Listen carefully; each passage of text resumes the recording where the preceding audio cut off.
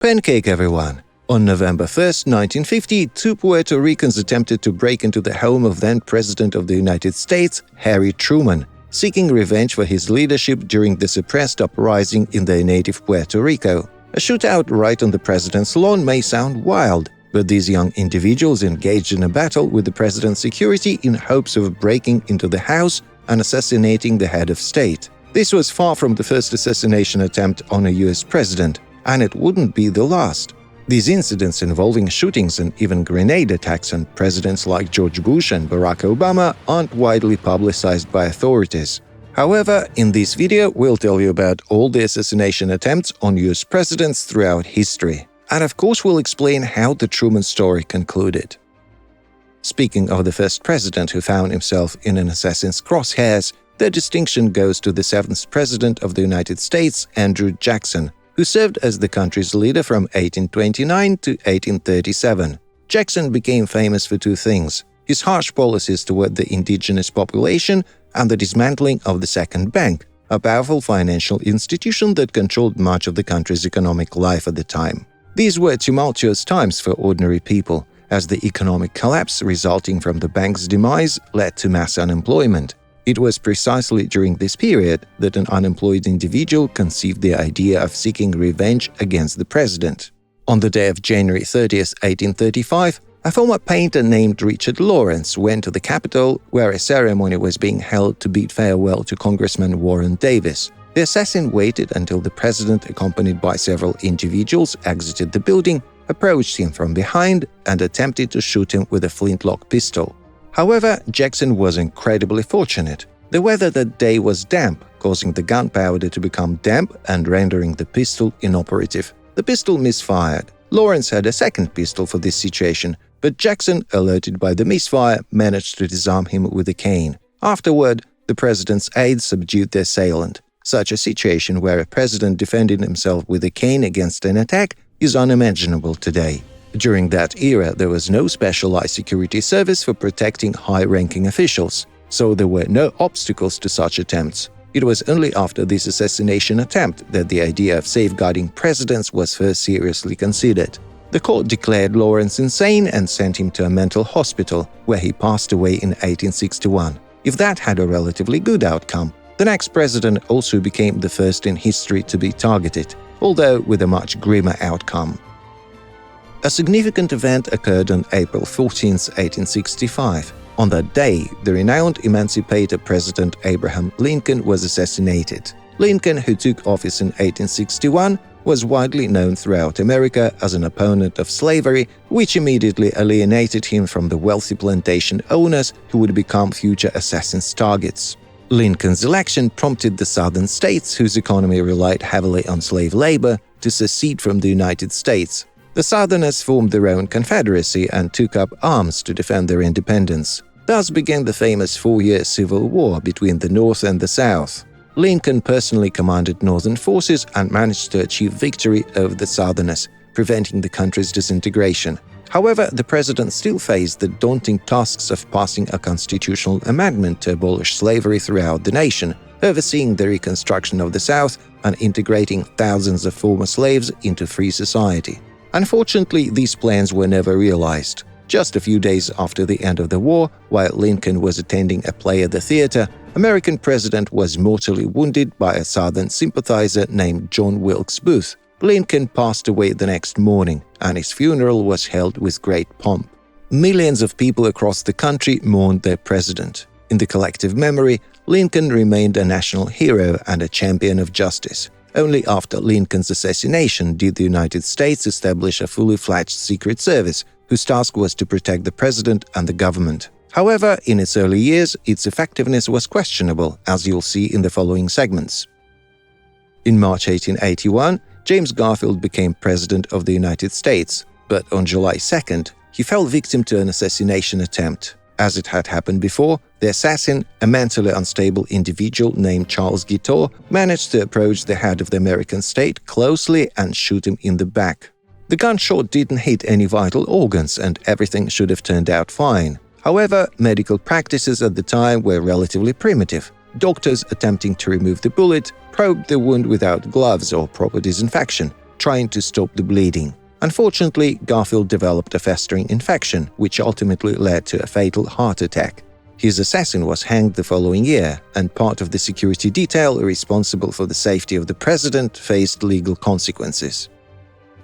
The next assassinated president was William McKinley, who served as the head of state from 1897 to 1901. He was shot by an anarchist named Leon Czolgosz at the Pan American Exposition in Buffalo. Just as in previous cases, Czolgosz simply approached the president and shot him twice from behind.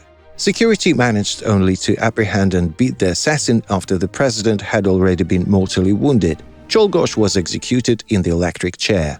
Before his death, he declared that he committed the crime because McKinley was the enemy of all good working people.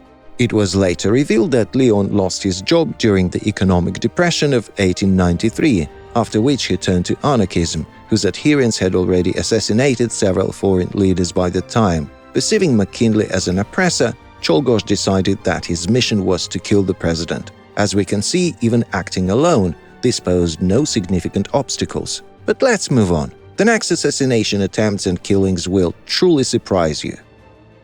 One of the most remarkable presidents of the United States, beloved and revered, was Theodore Roosevelt. He held the presidency from 1901 to 1909. An assassination attempt on him took place on October 14, 1912. At the time, Roosevelt was not yet president, but was participating in a presidential campaign aiming to become the 28th president. Before delivering a speech at a rally in Milwaukee, Wisconsin, Theodore Roosevelt was shot in the chest by John Schrank, a mentally unbalanced man, as would later be discovered. Despite the wound, the presidential candidate delivered a 90-minute speech. Later in the hospital, it was determined that the bullet had grazed Roosevelt's right lung, but its force had been diminished by his coat, eyeglass case, and the folded speech in his pocket. Doctors concluded that the wound was not life-threatening, so the bullet remained lodged in Roosevelt's body until his death in 1919. A distant relative of Theodore who became the 32nd President of the United States was Franklin Delano Roosevelt. He provided invaluable assistance to the Soviet Union during its war against fascist Germany. He also repealed prohibition, dealing a significant blow to the mafia, as it deprived them of substantial profits. An assassination attempt on this outstanding figure was carried out by another anarchist, Giuseppe Zangara, on February 15, 1933. This happened after the presidential election, but before the inauguration. The future president was saved by an ordinary American woman who struck the assassin's arm as he tried to draw his gun and prepare to shoot. The situation was wild. The bullet veered off and hit a neighboring congressman. The courageous woman drew attention to the assassin and helped apprehend him immediately. But while the Roosevelts were lucky with the assassin's inaccuracies, the next president was not so fortunate, as thousands of people watched in horror. On November 22, 1963, one of the most famous and mysterious crimes of the 20th century occurred: the assassination of an American president. On this day, John Kennedy was killed by a bullet fired by Lee Harvey Oswald, a president who fundamentally changed American politics. After the Cuban Missile Crisis, when the world teetered on the brink of nuclear war, Kennedy made a series of compromises with the Soviet Union, reducing the arms race and the overall tension between the two superpowers. He also took steps to combat racial discrimination. In November 1963, Kennedy and his wife arrived in Dallas. The plan was for the presidential motorcade to travel through the city streets, and then Kennedy would deliver a speech at a local trade mart. Crowds of people greeted the president along the entire route, but the solemn procession never reached the trade mart. Before the eyes of thousands of witnesses, an unknown gunman fired several shots at the president, also wounding Texas Governor John Connally. Half an hour after the assassination attempt, Kennedy died. The suspect turned out to be former Marine Oswald, who denied his guilt. Just 2 days later, as Oswald was being escorted to jail, he was shot and killed by nightclub owner Jack Ruby. Ruby explained his actions by claiming that he wanted to avenge his beloved president. Since there were many unanswered questions in the official investigation, the president's assassination gave rise to numerous conspiracy theories. According to surveys, more than 2/3 of Americans do not believe in the widely accepted version of the president's death. Some believe that the roots of the crime can be traced to the Pentagon, the Soviet Union, or Cuba. An assassination attempt of the 40th President of the United States, Ronald Reagan, took place on March 30, 1981 in Washington. This occurred just 2 months after his inauguration. Reagan was leaving a hotel after a meeting with members of a construction workers' union. Naturally, a crowd had gathered to catch a glimpse of the newly elected head of state. Suddenly, a young man rushed at the president and fired 6 shots. In addition to Reagan, 3 other people were wounded. The bullet struck Reagan in the lung, but it wasn't a direct hit. Initially, the heated metal fragment struck the armored window of the limousine and then ricocheted, hitting the head of state. Ronald Reagan underwent surgery and he returned to his presidential duties. The assailant was John Hinckley, who worked as a disc jockey and suffered from mental disorders. The man was placed in a psychiatric clinic and was only released in 2016. He was obsessed with actress Jodie Foster and shortly after the trial wrote that the assassination attempt was the greatest love offering in the history of the world and expressed regret that she had rejected his feelings. As promised, we will now provide more detail about the unsuccessful assassination attempt on Harry Truman, and then we will move on to modern presidents whose assassination attempts are not often discussed within the White House. Puerto Rican nationalists Griselio Torresola and Oscar Collazo devised a plan to assassinate President Harry Truman to raise awareness of their country's independence aspirations. An uprising had erupted in Puerto Rico, organized by the Nationalist Party on October 30th, aiming for freedom from the United States. However, Truman described this incident as a dispute among Puerto Ricans. The assassination of the president was meant to demonstrate that Puerto Rican uprising marked the beginning of a war between 2 countries, a fight for freedom and independence. The 2 men understood that their attempt would likely be suicidal and they would probably die. Puerto Ricans wanted to draw the attention of the global community to government-sponsored killings of rebels and their sympathizers in Puerto Rico, as well as their struggle for independence. Collazo was completely inexperienced with firearms, and out of 8 of his bullets, only 1 hit the target. However, his accomplice was a true sniper, managing to place all of his shots into the security agents. Truman woke up right in the midst of the shootout and leaned out to see what was going on, prompting the security to yell, "Get away from the window, Mr. President." Collazo received a life sentence, and his comrade died from a bullet fired by security agent Leslie Garfield, who managed to shoot even while fatally wounded. Truman himself stated that he wasn't scared during the attack, having already experienced World War I. But the attackers did draw attention to their cause. Recognizing the importance of the issue of Puerto Rico's status, Truman supported a plebiscite in 1952 and recognized the preservation of the Commonwealth status created in 1950.